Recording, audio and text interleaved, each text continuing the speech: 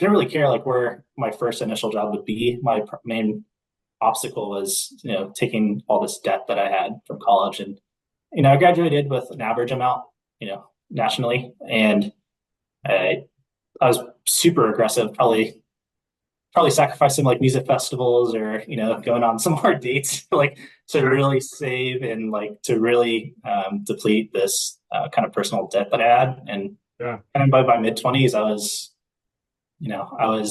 debt free, and that was like the most freeing feeling I've ever had in my whole life.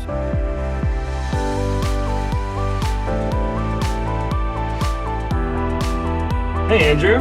Thanks so much for talking with me today.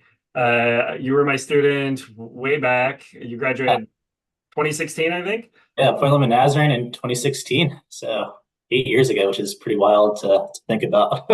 Yeah. And you were also one of my interns back then. I think I was working on my PhD program still. You were helping with Yeah, I was one research. of your lab rats, kind of. I did some student teaching for some freshman classes, and then some kind of Right. undergraduate research work, and then For my yeah, that's dissertation at the how time. far we've come. Well, and so then I saw you on LinkedIn, and you'd had a pretty impressive career journey. So I saw that you still, when I scrolled down, had the internship with me on there, and then Yeah, after that, you ended up. Well, I saw a couple things, but actually, let me start with where you are now, and then we'll kind of back up. But you are a financial analyst three with the city of San Diego. Can you tell us a little bit about that job? yeah. So that's the equivalent of like a senior financial analyst, if you were to see that like on a job title. So I work for the Department of Finance in the city of San Diego. So just kind of thinking of your local government from whatever city you're from. You have the mayor, the city council, and then the other operating departments like police and fire, parks and rec. So in this case, I'm the Department of Finance. So we help to allocate funds amongst all operating and kind of capital projects. Um, so my role in my department is to primarily work with like the salary and wages budgeting. So to kind of put that in perspective, the city of San Diego's overall budget is $5.6 billion. Whoa. So pretty big considering capital projects, infrastructure, debt. But my team in particular works on the kind of personnel expenditure side. So that's roughly like $2.2 billion. So think of like kind of retirement, like pension cost, and then potential salary increases for specific jobs. My team is kind of overseeing the bulk of that kind of development and monitoring throughout the year. So it's pretty fun and challenging because you think Okay. of a lot of hiring vacancies, and then the economic downturn or upswings can really impact our hiring process throughout the city. And overtime costs is a big factor in that too. You usually see on the news, about our fire and police overtime costs, skyrocket because we're having trouble filling vacancies. Hmm. Uh, so another large aspect of my job involves working with the labor unions for the city. Oh, So there's six of them, and they represent. We have about 13,000 employees in the city of San Diego. So amongst those six, quite a few are represented. And so every couple of years, their contracts kind of renew for certain pay packages or retirement updates. So we're providing a lot of those cost estimates and kind of expertise for the kind of negotiating between the city and the unions. yeah. So that's pretty interesting, a lot, and you just see how all these kind of different facets of the government really interact. So, an analogy that I hear a lot is pretty accurate. It's called like hungry hippos. Just think of like, the mayor, the council, operating departments, the labor unions, and also, the taxpayers and the citizens and the actual communities. They're all kind of competing and cooperating with each other to like Okay. access these funds. So it Oh, yeah. leads to a lot of really interesting kind of subjects and different topics day to day. Yeah. A lot of stakeholders there, and certainly not always with the same interests. Uh, Yeah, just think of like your Republican uncle or your Democrat aunt, right. where Right. they kind of butt heads with each other. That's all kind of And then your inter- department, would you say your department's apolitical? Like it has to kind of remain, whatever, Yeah, whatever the governor is, right? regardless of Or I mean, the who, mayor. yeah, so regardless of kind of who's at the executive branch, politically, our job is to still remain apolitical and provide the best recommendations to, uh, you know, the operating departments and the council. And the flip side of that too is that since it can be a little political in the decision making for the legislative branch of the government, that return can make it kind of harder on our department at times where we just have day-to-day accountants or financial analysts getting kind of encapsulated in kind of different philosophies for how the city should have its outlook too. So Yeah. so kind of a mixture. I would say short answer no, but it definitely plays a large part in the Yeah. kind So of that. when some people think about like a life in politics, they're very much thinking of that partisan side and running for offices or being part of campaigns and things. You kind of are seeing this other side, like this operational side. Uh, you can speak for yourself or folks you know. Is there much crossover? Do people go from like a senior operations side into like trying to run for an office, or is Yeah. that pretty separate usually? Yeah, I get a lot of questions if like my job is a lot like the show Parks and Recreation of like Leslie Knope is the head of the department and then pivots to the council. That doesn't happen very often. Okay. You normally have people that are generally kind of stay in the legislative kind of political sphere, and then more just operational people that kind of treat it more as a steady living as they would in like the private sector nonprofit.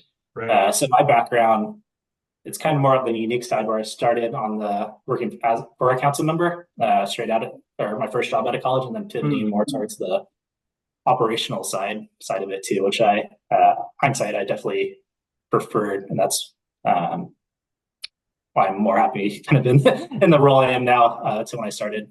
Okay. So you But started yeah, in a council member's office as an intern, or was it a? it was like a kind of like a mixture intern, kind of office staff assistant, and then in a couple months it grew to like a full-time position like pretty quickly. Okay. When you think of how you, I guess, professionally identify, is it as like a finance professional in the world of politics, Yeah. civil servant? Like, Yeah, I would say closer to more civil service. okay. Because as I was pivoting more towards from the political side more to the operational side, there was a lot of different departments that I was interested in, and I had a couple different offers between departments, and then I wanted to be in the finance branch because it was kind of the center of Mm, all those operating departments, and then I kind of learned more of the financial expertise kind of in the later years of my job. So I would consider more public service as okay. kind of the backbone of more my Okay. career. In which case you could have pivoted into multiple departments, but then you, Yeah, and even in the role I'm in now, I can still kind of pivot to those other operating departments because I've learned so much of how not only my department operates, but how other departments. financially and operationally those departments kind of go about things too. Oh, that's great. Would you say that I think some students wrestle with whether they need to kind of have their career path figured out to know what to, versus people being kind of opportunistic and you do some hard work to make yourself competitive, right? But you don't know for sure what's going to happen. I mean, it sounds like you were more in that latter camp, but what would your take be on like how much you need to have kind of like foresight and planning and versus like just do a good job and be open? I don't know. Yeah, it's a great question because I just think I was freshman year of college, 18 years old, undeclared. I think I started college as like an English major or something, and really had no idea really wanted to what I wanted to do. So like 1.5 to 2 years, I was undeclared for in college, and that was kind of a scary time. I remember because I had pre-med majors or finance major friends, and it seemed like they had stuff figured out, and like I was kind of left behind. Okay. But it also kind of allowed me to kind of explore kind of different classes and kind of fields, and ended up coming into majoring in sociology, which is kind of as broad Oh yeah. still as it could be. And I just kind of liked the subject matter and kept on Okay. going at it. And then still kind of felt kind of like a little of that, like, I don't know what I want to do even coming into graduation. And I've just, I at least for me, is just whatever opportunity you see, you know, even if it's not something you initially thought you'd be interested in, if you can get your foot in the door somewhere, there's more often than not, you're going to find things you like, but also don't like in your very first job too, that you can kind of take with you as you, I guess, kind of filter into something that you kind of see yourself in that role. So at least for me, like I said, I don't really have any initial interest in kind of the political sphere, the legislative sphere, and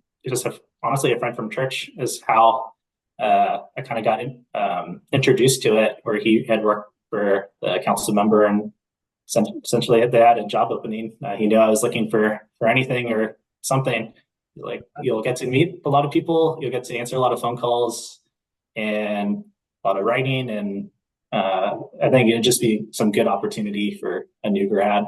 So kind of with that mindset, I just kind of stayed humble and continued to work the grind, and then that ended up being one of the best decisions that went back post college. I mean, you're kind of speaking to the power of the network, right? And so we tell students about networking, and I think it sometimes just seems abstract or goes over their head. Like, what is that, standing around at some, career fair or something? But it's often those little connections, like you said, somebody from your church or what have you. Has that continued to be like true for you, that like opportunities tend to come through folks you know?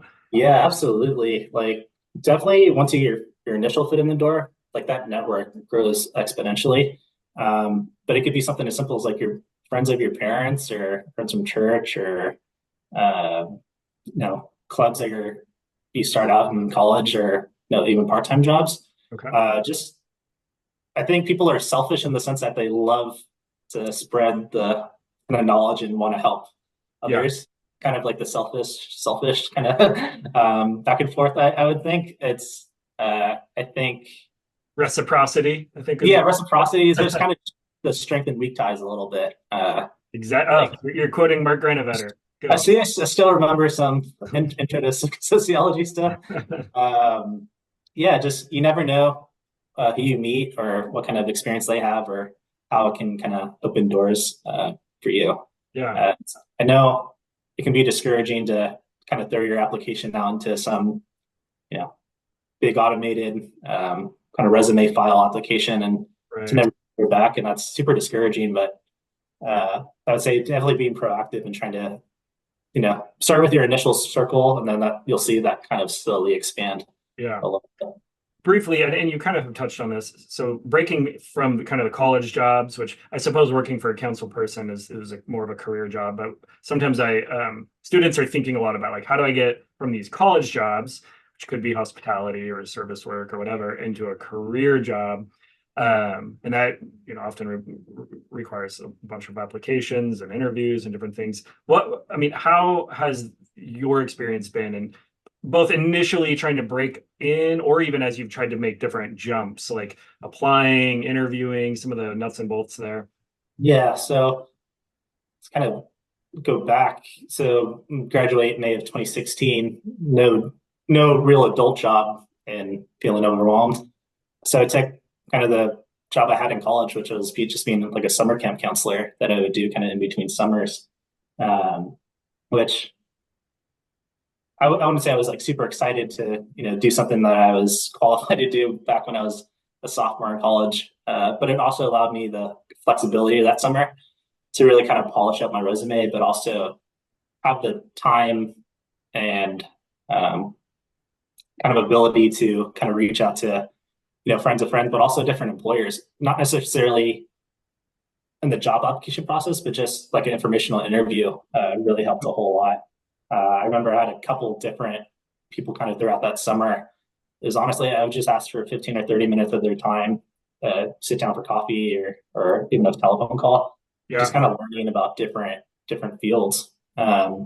So even though I wouldn't say I had the adult job, I was kind of making that priority to kind of reach out to different people, just to try to kind of narrow down the search, because it's super interesting. There's always a saying, like, there's not enough jobs in the world, but it's also like there's almost too many jobs for you to really kind of understand how many are out there. And the city of San Diego in particular, we're a huge organization.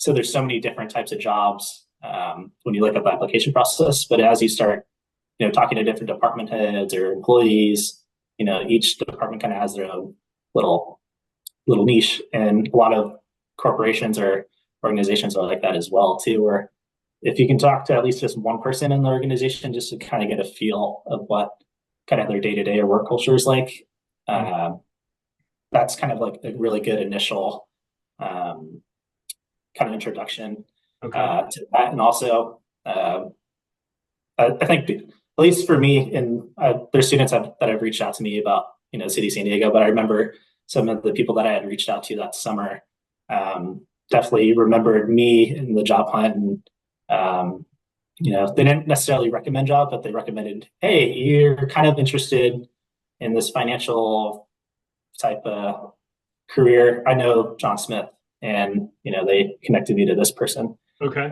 So you kind of see like your kind of network continue to grow, and yeah. So key. I mean, you mentioned the even that term, informational interviews. I talk to my students about that, and I think a lot of them are a little intimidated to like pick up the phone and talk to someone. But you're saying that not only did you do it while you had a college job, you're a camp counselor, but it gave you some direction of what you did, and maybe felt you would be drawn to more or less. But then they helped connect you to people. And these introductions, which are sometimes, I mean, that's such a useful thing. I think sometimes students think like, oh, if I talk to these people, am I trying to get a job? And it's like, no, you're just trying to learn. But even things like an introduction can be incredibly valuable. Yeah, for sure. Because I think people are aware that college students they're looking for a job, post graduation, and I think doing this like the simplest or smallest ask of like 15 or 30 minutes of your time just to learn about your job, that they're more likely to say yes on that front. And, a 20-minute conversation turns into an hour, or, a prolonged relationship of potential, employment down the line. And that kind of happened with, my first job.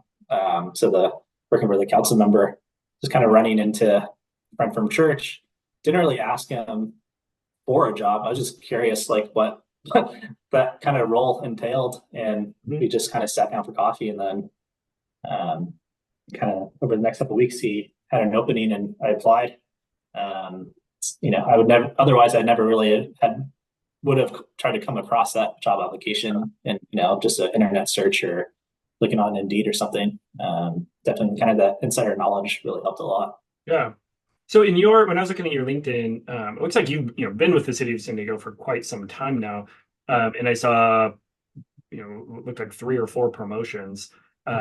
What can you tell a little bit about like what led you to decide to stay with the company? I mean, clearly they had a growth path. So I forget what the first title you had, but then it was like financial analyst 1, 2, 3. Yeah.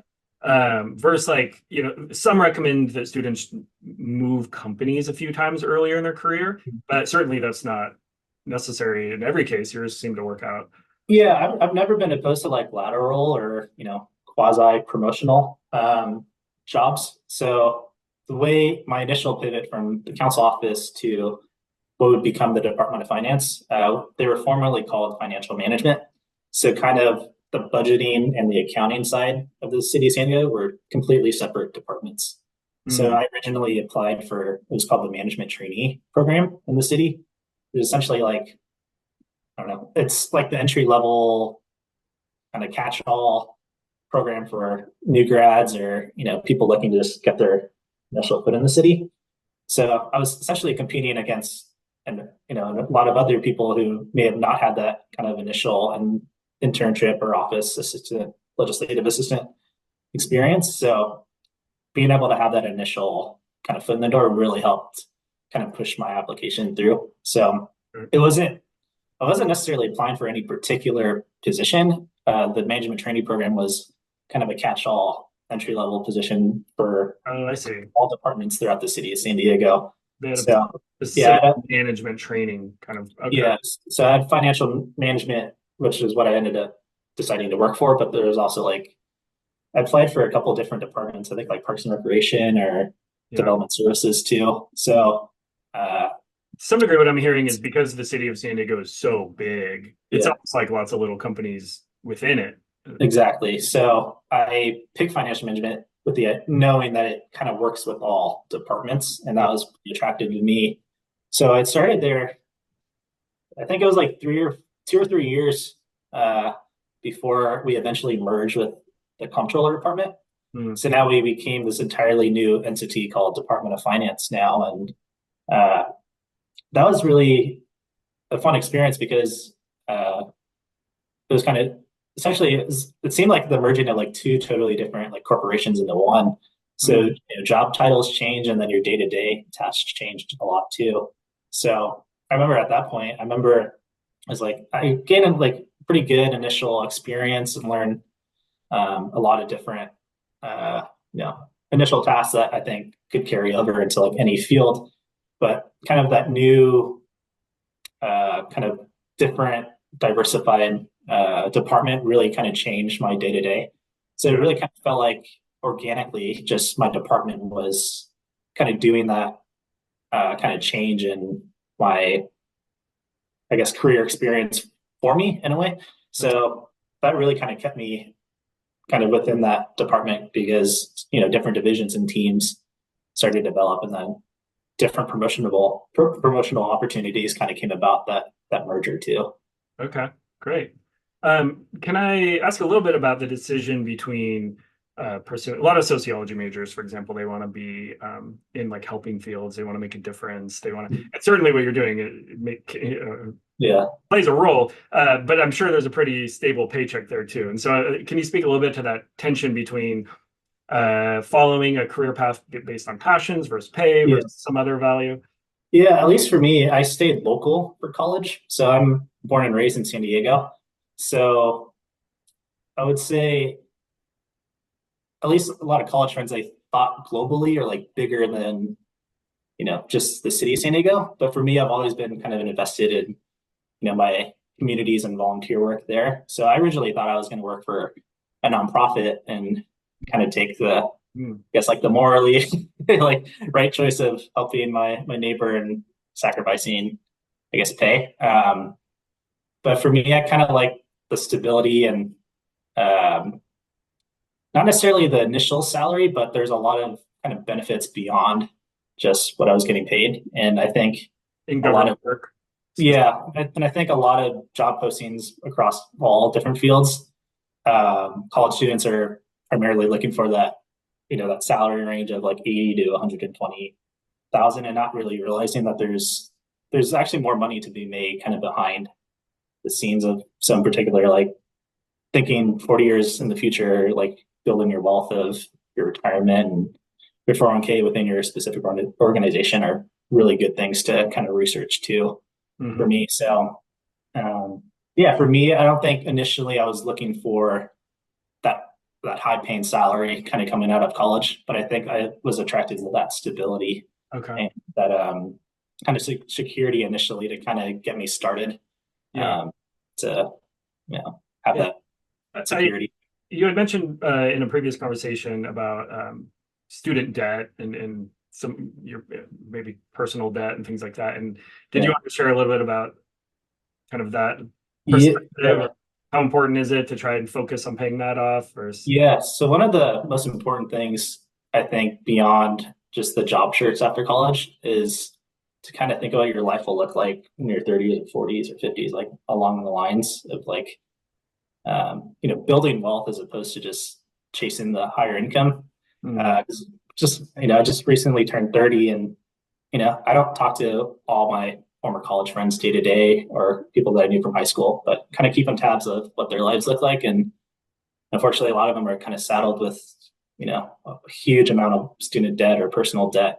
And it really just kind of bogs them down. And even though they may like their job or, they don't like their job, they just feel really forced Right. and not able to have that kind of freedom. So that was kind of like, I would consider that probably my bigger priority kind of coming out of college, where I didn't necessarily, I would say not caring is the wrong word, but I didn't really care like where my first initial job would be. My main obstacle was, taking all this debt that I had from college. And, I graduated with an average amount, nationally. And I was super aggressive, probably probably sacrifice some like music festivals or going on some more dates like to Sure. really save and like to really deplete this kind of personal debt that I had. And Yeah. kind of by my mid 20s, I was debt free, and I that was like the most freeing feeling I've ever Mm. had in my whole life. And kind of as I enter into more kind of my midpoint of my career, whether I want to stay with the city or explore different options, the fact that I just feel like I'm financially free really allows me that opportunity too. Um, So I would definitely say like sacrificing, you know, some kind of material enjoyment in your early 20s and really focusing on your personal finance and trying to eliminate as much debt as you can.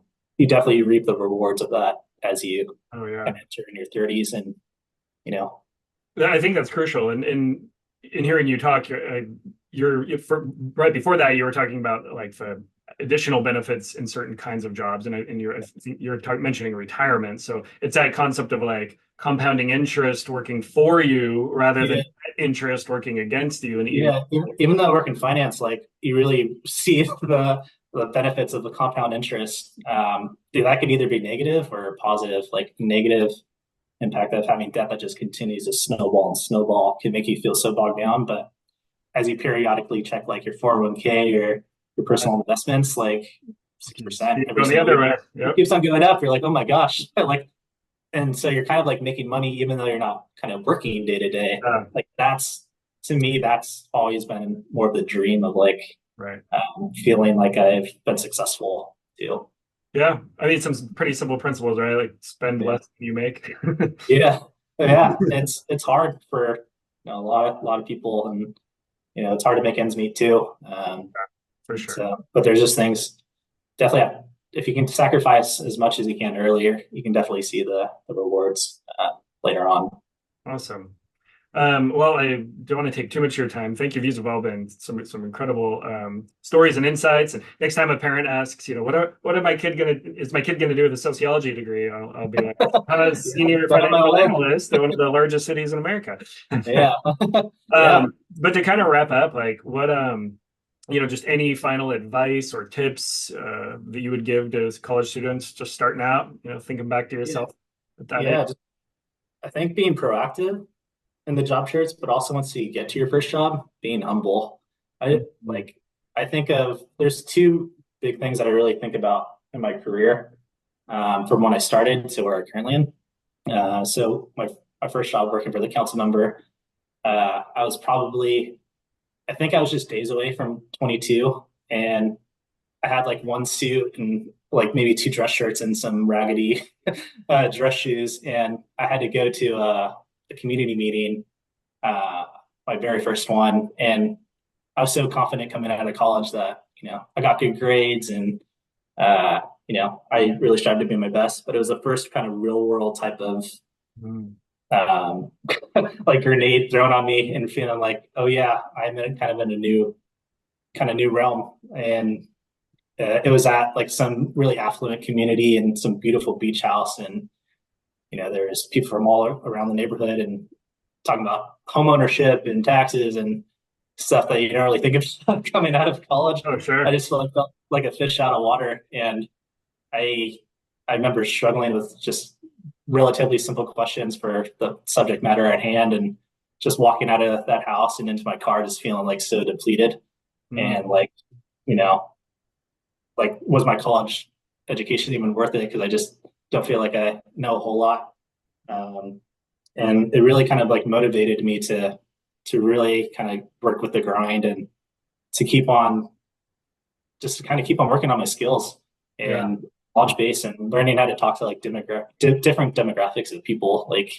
So, Uh, like in college, everyone's 18 to 20, relatively 18 to 22, from yeah. similar states, similar countries. But now I was working with working adults and parents, people that are divorced or from other countries, and um, whole range of different Yeah. ages and demographics. So it really helped me kind of like be the Kickstarter, that kind of initial failure to really want to work hard and kind of get better at representing myself and also our organization at the time. And so that was Yeah, that was 8 years ago. So that was like right around my birthday in 2015. Yeah. 22 years old now. Kind of fast forward to fairly recently in my role now. We finish our base budget right around kind of Christmas time every year.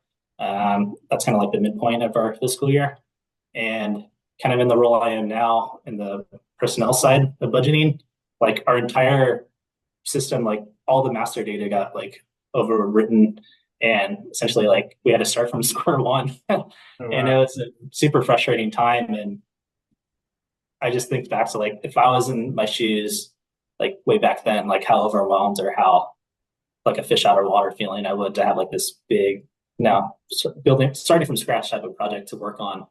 And the fact that I've come so far away or so far to be able to have the knowledge of like the ins and outs of this budgeting system that I use and who to talk to on the technical side, but also like on the management side, to really kind of scrum together like months of work into essentially a 2 week period. And that was like the biggest sense of achievement that I personally felt in my job. And yeah, just kind of thinking of like that kind of long journey then where Yeah. originally came in with you don't know to like now feeling like yeah, I'm kind of an expert or feeling like I'm getting to like that knowledge base of like Subject expertise. so Yeah. yeah, so that was really kind of really neat feeling. I remember having. Yeah. Awesome. There was one last question that you made me realize, and that is so many students think to get some really good position, something like yours, that they have to go to a graduate program, and you didn't. And so, any final kind of comment on the choice of grad school and not, or how Yeah, is it or isn't it in some of these fields?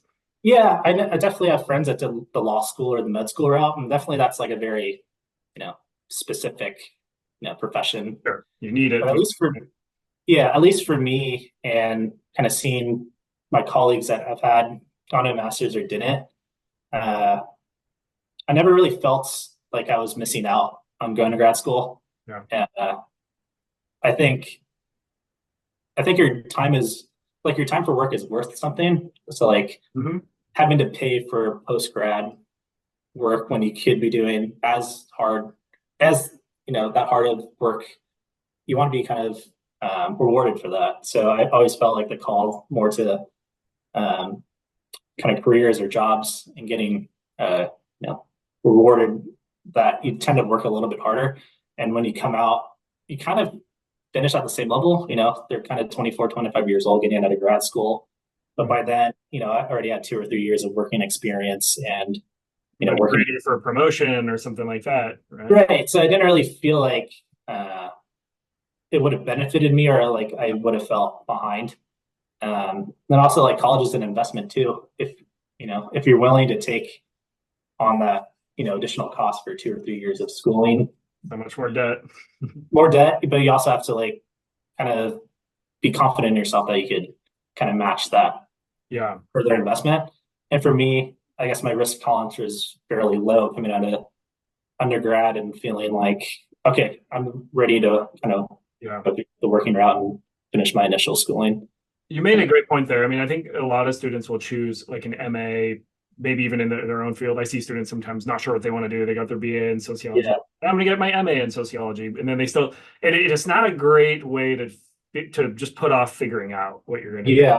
Because Which money. I can't speak for every college student out there, but in my initial circle of friends, a lot of them went to grad school just to kind of delay the fear of job search versus me and a lot of other of my colleagues with that same fear, but we're trying to break into the the workforce and you did. Yeah, the risk was not necessarily like a dollar amount or like a extra degree. It was more the investing in my actual skills and kind of seeing what we were made of or like how big our network could grow.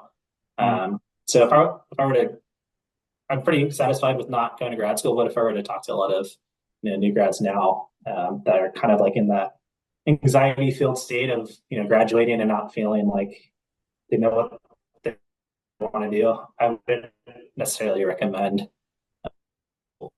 if you don't have, a solid plan down. And, I'm going on 8 years of my career, and I still don't feel like a need to go back for an MBA or MPA or anything like that too. And you could if you wanted, but if you did, you'd have a reason why. You'd know. Yeah. I definitely think there's a benefit to having the work experience and then For sure. kind of molding what you're interested in and to work and pursue the, additional schooling Great. kind of in unison, which I do have a lot of colleagues that did that. And because I think the primary aspect of grad school is, it's building the network. But I think if you can build your network professionally first, the network that comes with that grad school will only continue to snowball that end too. You'll be able to utilize it more. Mm-hmm. Gosh, thank you so much for your time. It was very generous of you and your insights. I'm impressed and happy to see with how far you've come in those 8 years left my classroom. But wild. Congratulations. And thank you very much. All right. Thank you.